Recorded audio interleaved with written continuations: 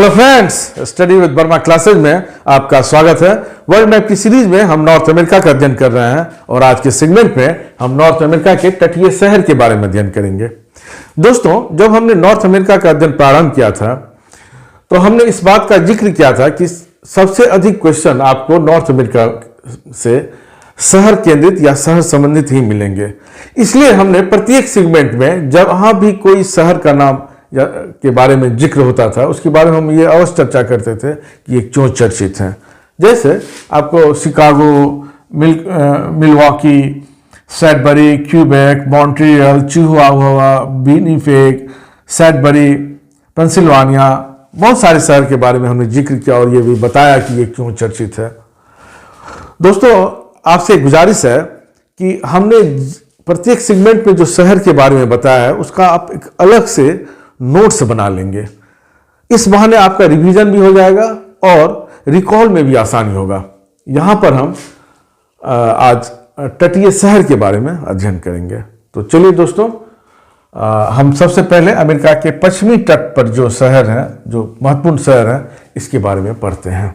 देखिए, यहां पर हमने पहले से ही ड्रॉ कर लिया है और नाम भी लिख दिए हैं शहर का।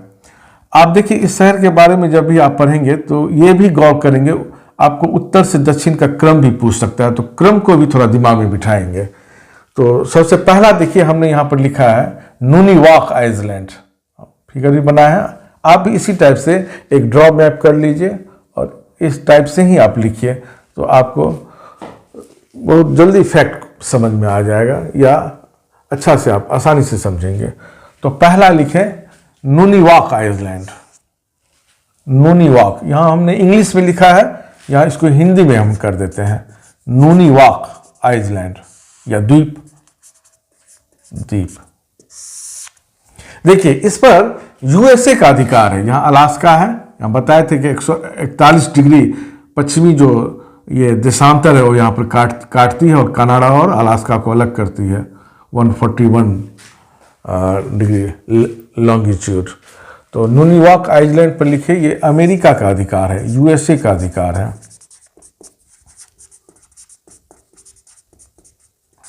दूसरा इस पॉइंट इसमें लिखिए कि इसका क्षेत्रफल बहुत ज़्यादा है और यहाँ पर बहुत कम आदमी निवास करते हैं। यहाँ एक्चुअल में यहाँ बहुत ठंडा पड़ता है, -40 -30 इस साल भर रहता है।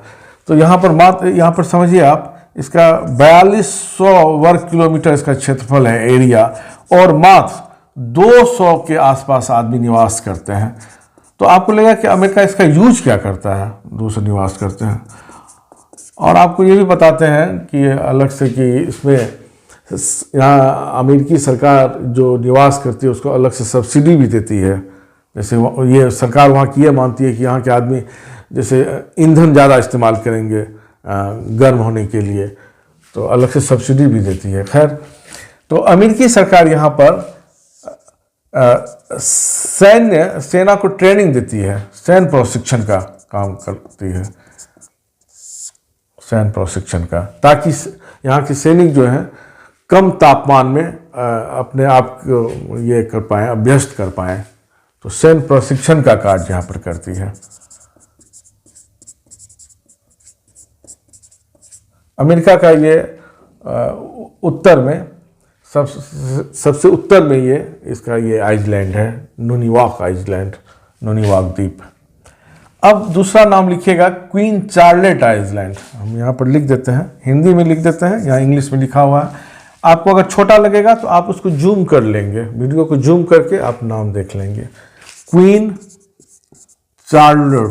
चार्लोट आइलैंड या द्वीप लिखिए, हिंदी में द्वीप।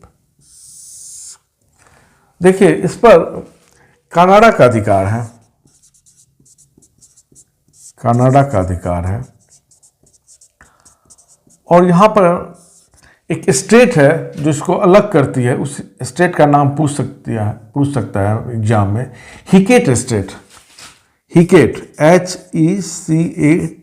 हिकेट स्टेट मेनलैंड से ये अलग करती है, हिकेट स्टेट से अलग होती है, लिख लें।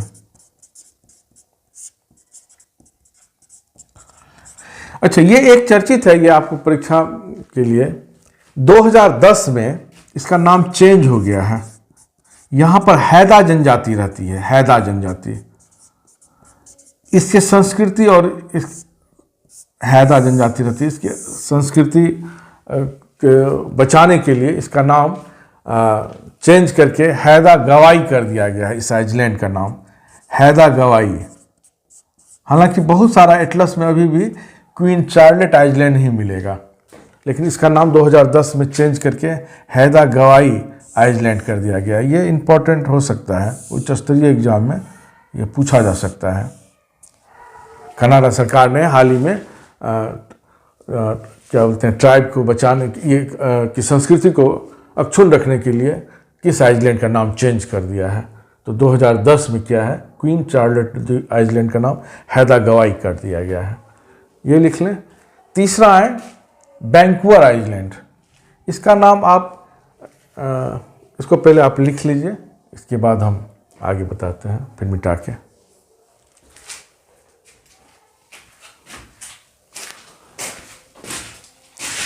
दोस्तों, अब 3 नंबर में जो वैंकूवर आइलैंड है, इसके बारे में अध्ययन करेंगे। आप यहां पर वैंकूवर एक आइलैंड है और भीतर में आपको एक वैंकूवर शहर भी मिलेगा। वैंकूवर के नाम से द्वीप भी है और शहर भी है। ये कनाडा का भाग है और हम आशा करते हैं कि आप इसको हिस्ट्री में अवश्य पढ़े होइएगा। 1914 में याद कीजिए कामागाटा मारू प्रकरण जो हुआ था। अच्छा, पहले इसको लिख लीजिए, हम बताते हैं उसके बारे में भी थोड़ा।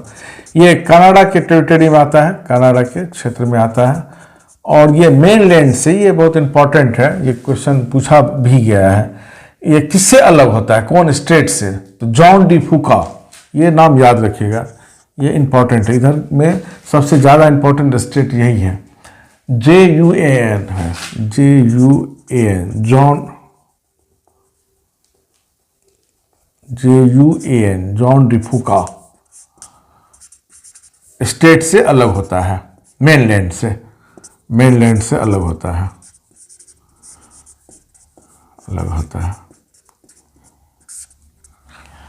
ये स्पेनिश खोजकर्ता थे, 1592 में खोजे थे, स्पेन के रहने वाले थे। इसी के सम्मान में इस स्टेट का नाम स्टेट ऑफ जॉन डी फूका रख दिया गया है। देखिए, ये हिस्ट्री में आपने इसका अध्ययन अवश्य किया होगा, इस शहर का, वैंकूवर के बारे में। 1914 में कामागाटा मारू प्रकरण हुआ था, लिख लीजिए थोड़ा, हालांकि ये हिस्ट्री का हो जाता है प्रकरण। 1914 में कैप्टन मोहन सिंह नाम के फ्रीडम स्ट्रगल कर सकते हैं, कैप्टन मोहन सिंह, ये एक जहाज लिए थे, कामागाटा मारू जहाज। कहाँ से लिए थे ये क्वेश्चन डाल देता है, जापान से भाड़ा पर लिए थे और हांगकांग से वैंकूवर आ रहे थे। तो लेकिन कनाडा सरकार इसको उतरने यहाँ पर नहीं दिया गया और फिर वापस ये कलकत्ता के लिए रवाना कर दिया। तो ये रास्ते भर में बहुत लंबी यात्रा भी थी उस ज़माने के लिए। तो और उसके बाद कलकत्ता में भी इन्होंने अपने देश का झंडा परचम किया था। तो उस कारण से ये वैंकूवर शहर हिस्ट्री में भी इसका नाम आता है, कामागाटा मारू प्रकरण नाम याद रखिएगा। तो ये हो गया वैंकूवर आइलैंड। अब आगे देखिए, चौथा नंबर में एक मिलेगा पोर्टलैंड। ये भी इम्पोर्टेंट इस मायने में है, हम इसको पिछले सेगमेंट में भी बताए थे कि देखिए ये पोर्ट कोलंबिया रिवर के किनारे है, लिख लीजिए इसको, कोलंबिया रिवर के किनारे है। हम शायद रिवर सेगमेंट जो बता रहे थे तो उसमें ये इसका नाम बताए थे। देखिए इसके नाम में पोर्ट है, लेकिन ये पोर्ट नहीं है। आप देखिएगा मैप में, हम यहाँ भी देखिए अलग से ड्रॉ किए हैं, तट के किनारे नहीं है, तट से थोड़ा हट के है, ये पोर्ट नहीं है, लिखिएगा। आपको परीक्षा में बताए भी हैं कि आपको दे देगा कि अमेरिका की निम्नलिखित में से कौन से शहर पोर्ट हैं या पोर्ट नहीं है, और उसमें पोर्टलैंड का नाम देगा। परीक्षार्थी इसमें पोर्ट नाम है तो पोर्ट समझ के टिक लगा देता है। तो इसलिए ये क्वेश्चन भ्रम में डालने के लिए डालता है पोर्टलैंड। यहाँ जलयान इंडस्ट्रीज़ काफ़ी है, जलयान इंडस्ट्रीज़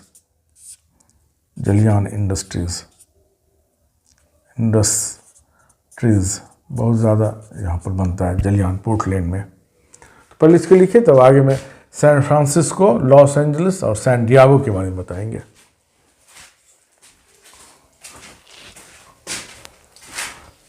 दोस्तों अब 4 नंबर में, 4 तक तो हमने पढ़ लिया, 5 में सैन फ्रांसिस्को के बारे में पढ़िए। 5 सैन फ्रांसिस्को।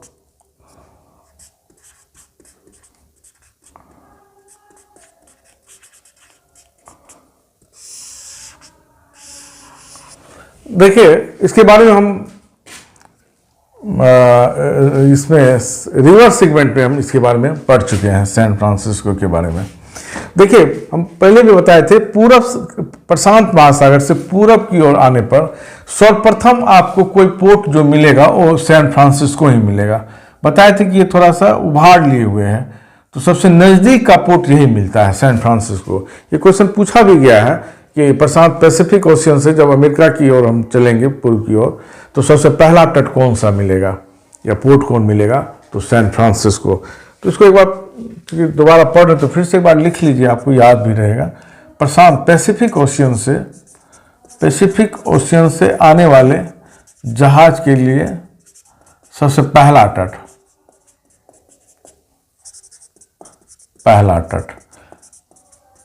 तट यही मिलता है, सैन फ्रांसिस्को। इस कारण इसको लिख लीजिए, इसको हम 2-3 नाम भी बताए थे उस सेगमेंट में। सिटी ऑफ गोल्डन गेट भी बोला जाता है।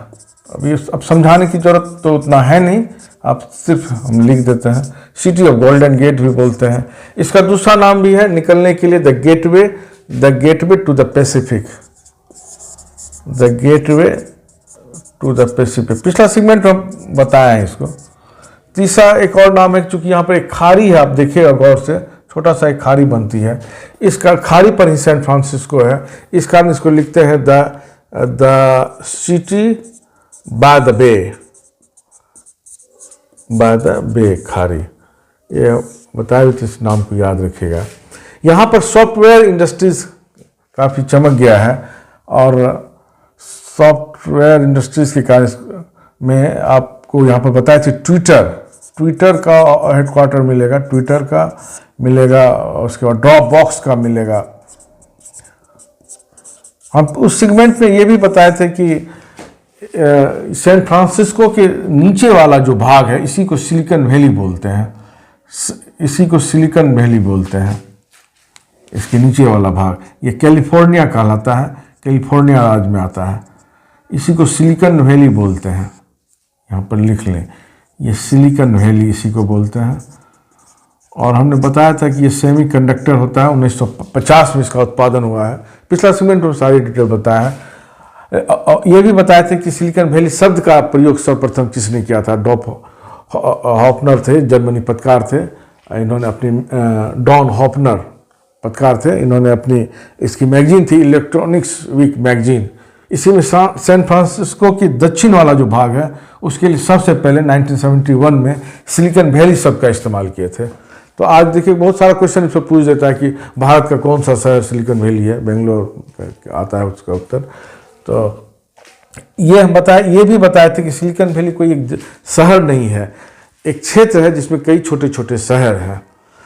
तो यहाँ पर बहुत सारा आपको, जैसे गूगल का हेडक्वार्टर मिल जाएगा कैलिफोर्निया में, आपको फेसबुक का मिल जाएगा, ट्विटर का एप्पल का मिल जाएगा। तो हम उस हेडक्वार्टर का नाम भी लिख देते हैं, क्योंकि ये क्षेत्र है पूरा का पूरा सिलिकॉन वैली है, किस क्षेत्र में है क्वेश्चन डाल सकता है, तो आप उसको एक लिख लीजिए, काम देगा।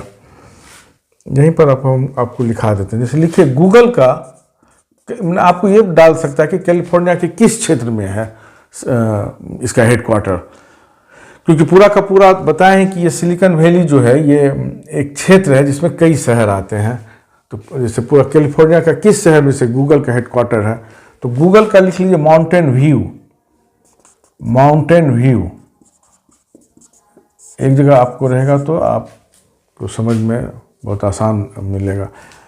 फेसबुक का लिख लीजिए फेसबुक, इसका हेडक्वार्टर है मेनलो पार्क। देखिए आपको देखने में अगर दिक्कत हो ना तो जूम कर लीजिए वीडियो को, तो आपको आ जाएगा।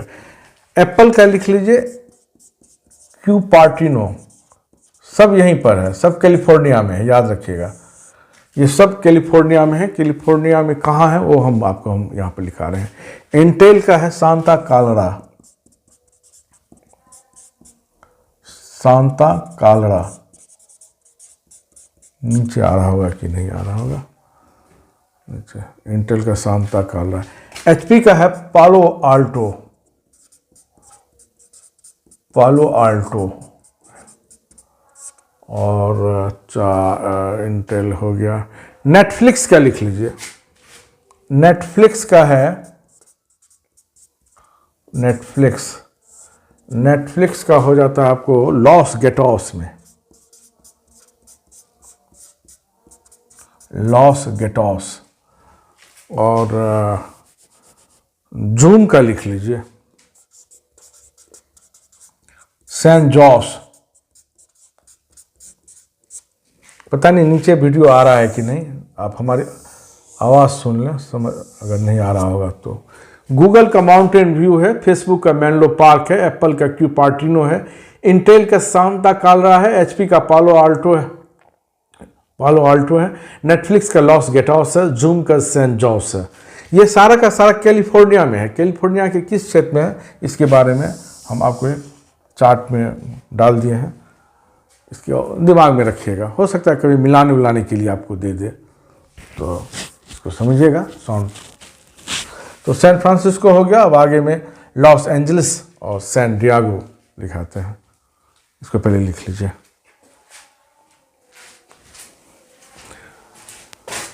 दोस्तों अब 6 नंबर में लॉस एंजलिस, 6 नंबर में लॉस एंजलिस।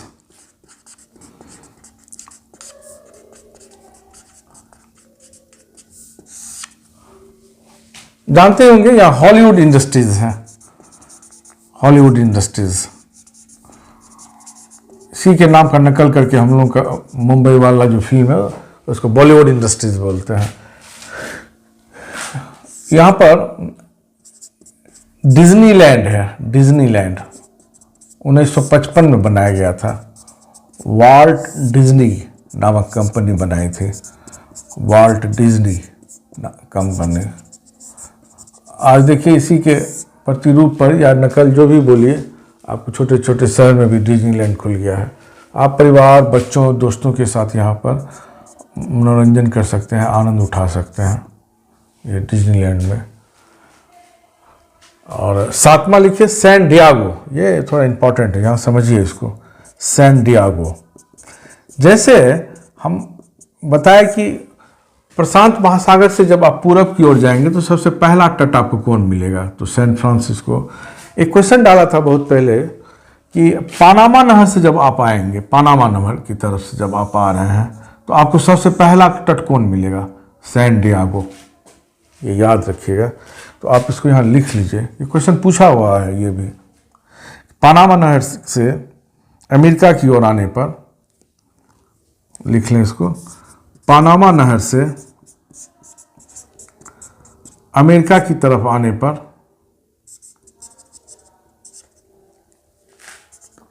सबसे पहला तट सैन डियागो। ये याद रखिएगा, समझ की बात है। इधर से आपको सबसे पहला, इस बहाने आप क्रम भी याद रखिएगा, यानी कि सैन डियागो यहाँ पर मिल गया। आपको दक्षिण से उत्तर का क्रम भी दे सकता है, उत्तर से दक्षिण।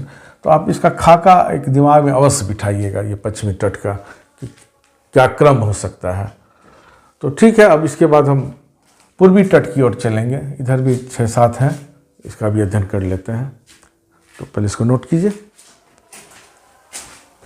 दोस्तों। अब अमेरिका के पूर्वी तट पर हम चलेंगे। सबसे पहला देखिए हैलिफैक्स, हैलिफैक्स ये कनाडा में आता है, कनाडा। दूसरा जानिए कि टाइटैनिक जहाज के बारे में अवश्य जानते होंगे, फिल्म भी बनी है, काफ़ी चर्चित फिल्म है। टाइटैनिक की घटना हुई थी आपको 14 अप्रैल 1912, इसी के आसपास डूबी थी। यहीं पर आपको मिलेगा न्यू फाउंडलैंड या लेब्राडोर तट, इसी के आसपास का ये घटना है जहाज वाले टाइटैनिक जहाज का, टाइटैनिक जहाज का। तो हैलिफैक्स से भी मदद गया था वहाँ पर बचाने के लिए। मदद ने जब तो, और वहाँ से यहाँ पर इसीलिए टाइटैनिक का म्यूजियम भी है। ये लिखे यहाँ पर टाइटैनिक म्यूजियम भी है यहाँ पर।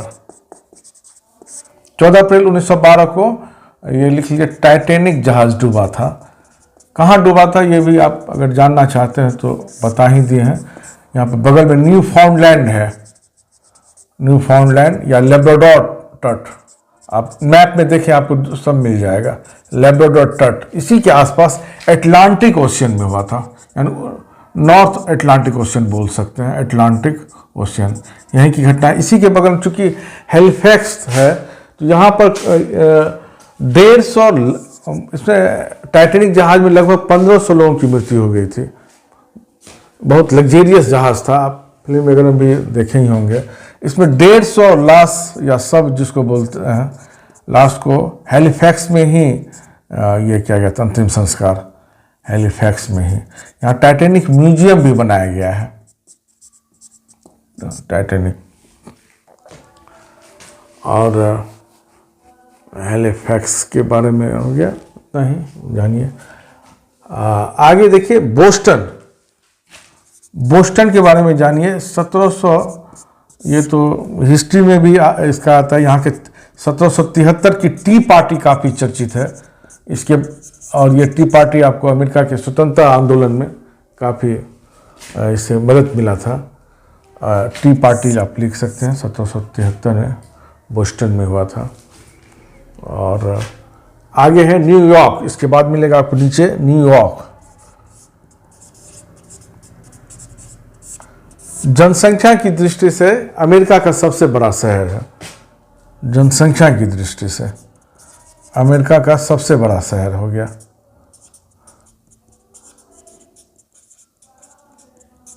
भारत से तुलना करेंगे तो अभी भी बहुत कम है, यहाँ पर लगभग 85 लाख है। लेकिन अमेरिका की दृष्टि से देखेंगे तो वहाँ का सबसे बड़ा शहर है जनसंख्या की दृष्टि से, और दुनिया का सबसे बड़ा आर्थिक केंद्र है। अकेले न्यूयॉर्क के बारे में कहा जाता है यहाँ पर 2.25 इसका जीडीपी जो है, सिर्फ न्यूयॉर्क का हम बता रहे हैं, 2.25 ट्रिलियन डॉलर है। कितने देश का नहीं है इस पर। भारत का लगभग 3 के आसपास है, 3 ट्रिलियन, जो हम लोग कह रहे हैं कि 5 ट्रिलियन तक पहुंचाना है। मार्केट कैप की दृष्टि से यहाँ पर न्यूयॉर्क स्टॉक एक्सचेंज है, यहाँ पर लिख लीजिए न्यूयॉर्क स्टॉक एक्सचेंज। लिखते चलिए आप, पॉइंट वाइज लिखते चलिएगा। नोट्स अवश्य बनाइए दोस्तों, नोट्स अवश्य बनाइए वीडियो के साथ साथ, आपको बहुत मदद मिलेगा। न्यूयॉर्क स्टॉक एक्सचेंज है, और ये इसके बारे में लिखिए कि ये मार्केट कैप की दृष्टि से दुनिया का सबसे बड़ा स्टॉक एक्सचेंज है। मार्केट कैप की दृष्टि से New York stock exchange. Statue of liberty भी यहाँ पर है, ये भी लिख सकते हैं आप, पूछ सकता है। स्टैच्यू ऑफ लिबर्टी न्यूयॉर्क में है। इधर का पूर्व तट का हम 3 शहर पढ़ लिए, अब आगे फिलाडेल्फिया, वाशिंगटन, जैक्सनविल, ये 3 एक साथ पढ़ लेंगे। इसके बाद जब फ्लोरिडा कह के 3 पढ़ेंगे, ठीक है दोस्तों। बोस्टन के बारे में एक चीज़ और जानिए, बोस्टन के बारे में हम बताना भूल गए।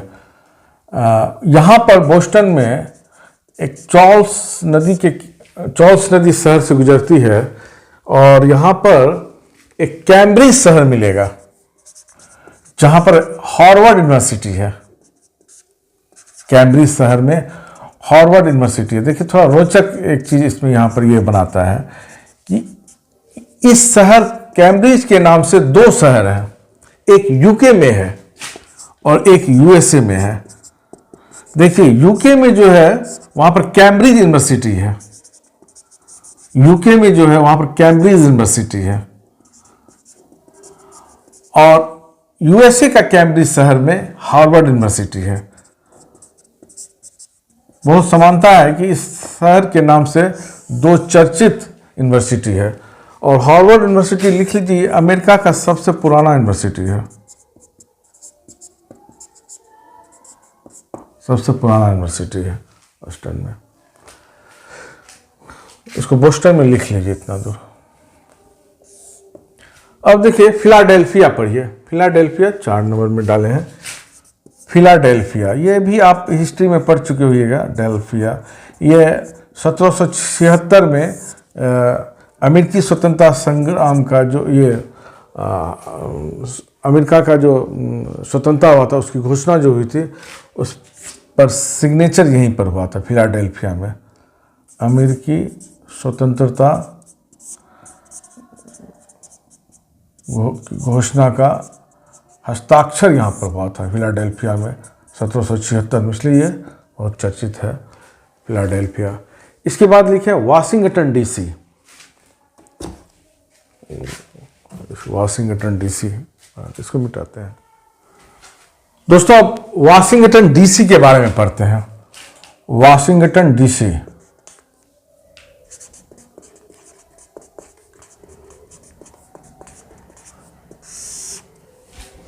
इसका पूरा नाम पहले आप लिख लीजिए। Washington district of Columbia, district of Columbia. ये देखिए दोस्तों, आप एटलस को गौर कीजिए, आपको पश्चिमी तट पर भी एक वाशिंगटन मिलेगा। वो पश्चिमी तट पर भी जो वाशिंगटन मिलेगा, यहां पर आप ये गौर कीजिए कि वो एक राज्य है। पश्चिमी तट वाला जो है वो एक राज्य है। पश्चिमी तट वाला वाशिंगटन लिख लीजिए, ये एक राज्य है। कंफ्यूजन दूर कीजिए, बहुतों को ये कंफ्यूजन रहता है वाशिंगटन डीसी और वाशिंगटन में क्या अंतर है। तो पश्चिमी तट वाला जो है वाशिंगटन, ये एक राज्य है। इसकी राजधानी ओलंपिया है और यह इसका मुख्य केंद्र सिएटल है। ये सिएटल याद कीजिए, हम बताए थे शांत वायुदाब के लिए चर्चित है और अमेरिका इसका फ़ायदा उठाते हुए वहाँ पर वायुसेना के लिए ट्रेनिंग सेंटर खोला है, यही सिएटल में है। तो ये पश्चिमी तट वाला हो गया। लेकिन यहाँ अमेरिका का जो ये राजधानी हो गया Washington DC, district of Columbia, ये पोटोमैक नदी के किनारे है। कभी काल डाल देता है, आप सब पॉइंट वाइज लिखते चलेंगे। पोटोमैक नदी के किनारे है, पूछ देता है क्वेश्चन किसके किनारे हैं, तो पोटोमैक नदी के किनारे वाशिंगटन डीसी है। ये अमेरिका का प्रथम राष्ट्रपति थे जॉर्ज वाशिंगटन। कौन थे प्रथम राष्ट्रपति? George Washington. उन्हीं के नाम पर ये नाम पड़ा है, जॉर्ज वाशिंगटन प्रथम राष्ट्रपति थे। अब आइए 6 नंबर में जैक्सनविले। जैक्सनविले एक पोर्ट है। देखिए ये ज़्यादा यहाँ जलयान केंद्र है, जलयान काफ़ी बनता है यहाँ पर। एक पोर्ट है और जलयान के लिए चर्चित है।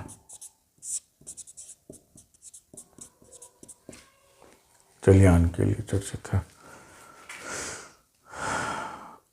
अब 3 बचा, 3 फ्लोरिडा में है। ये एक साथ हम पढ़ लेंगे।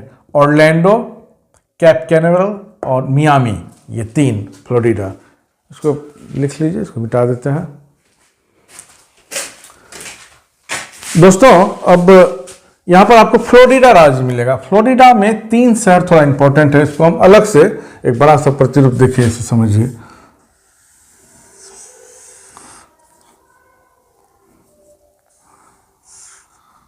ऐसे मिलेगा। इसमें एक मिलेगा आपको, हम 7 नंबर यहाँ पर डाले हैं। यहाँ पर ऑरलैंडो, यहाँ पर कैप कैनावरल और यहाँ पर मियामी मिलेगा। ये 3, 7, 8 और 9 हम लिखे हैं वहाँ पर, वही नंबरिंग यहाँ पर हम डाल दिए हैं। 7 नंबर में आपका हो गया ऑरलैंडो,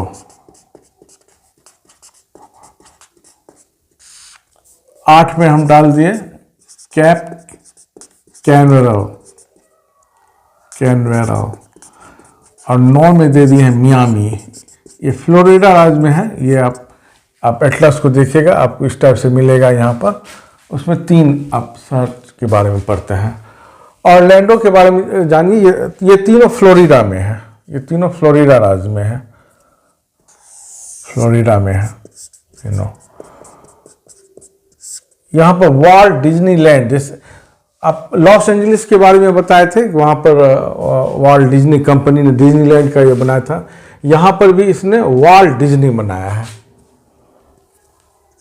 वॉल्ट डिज्नी के कारण ये चर्चित है। कैप कैनरल में देखिए, यहाँ से अमेरिका रॉकेट प्रशिक्षण केंद्र है इसका, अमेरिका का रॉकेट प्रक्षेपण केंद्र है।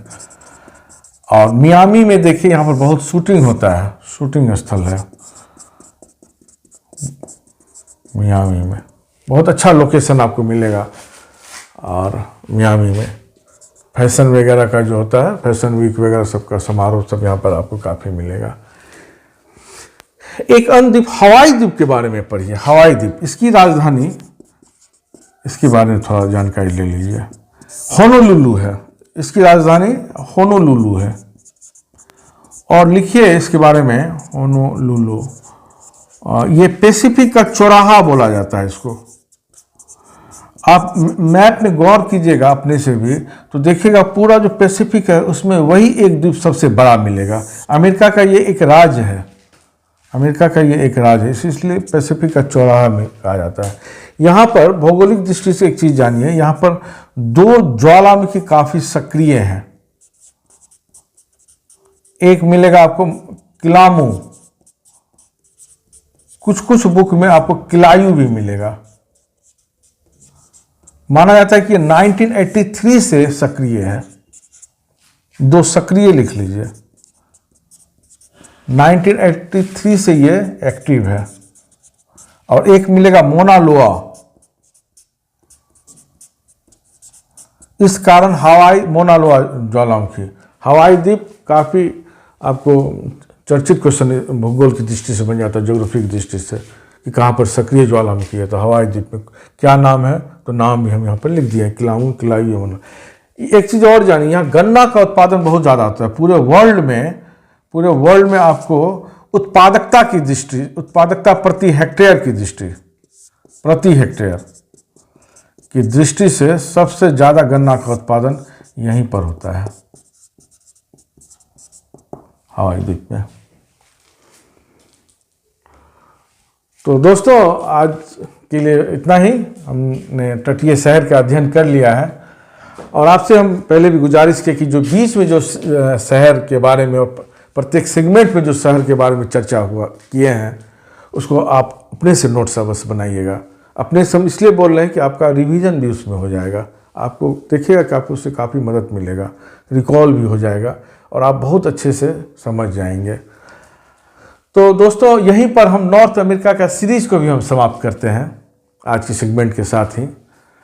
और हम आशा करते हैं कि आप लोग ये नॉर्थ अमेरिका का जो सीरीज़ है इसको बहुत अच्छा से समझा होगा। अगले दौर में हम साउथ अमेरिका को प्रारंभ करेंगे। तो दोस्तों ये बताइएगा कि ये क्लास आपको कैसा लगा। बहुत बहुत धन्यवाद, थैंक यू।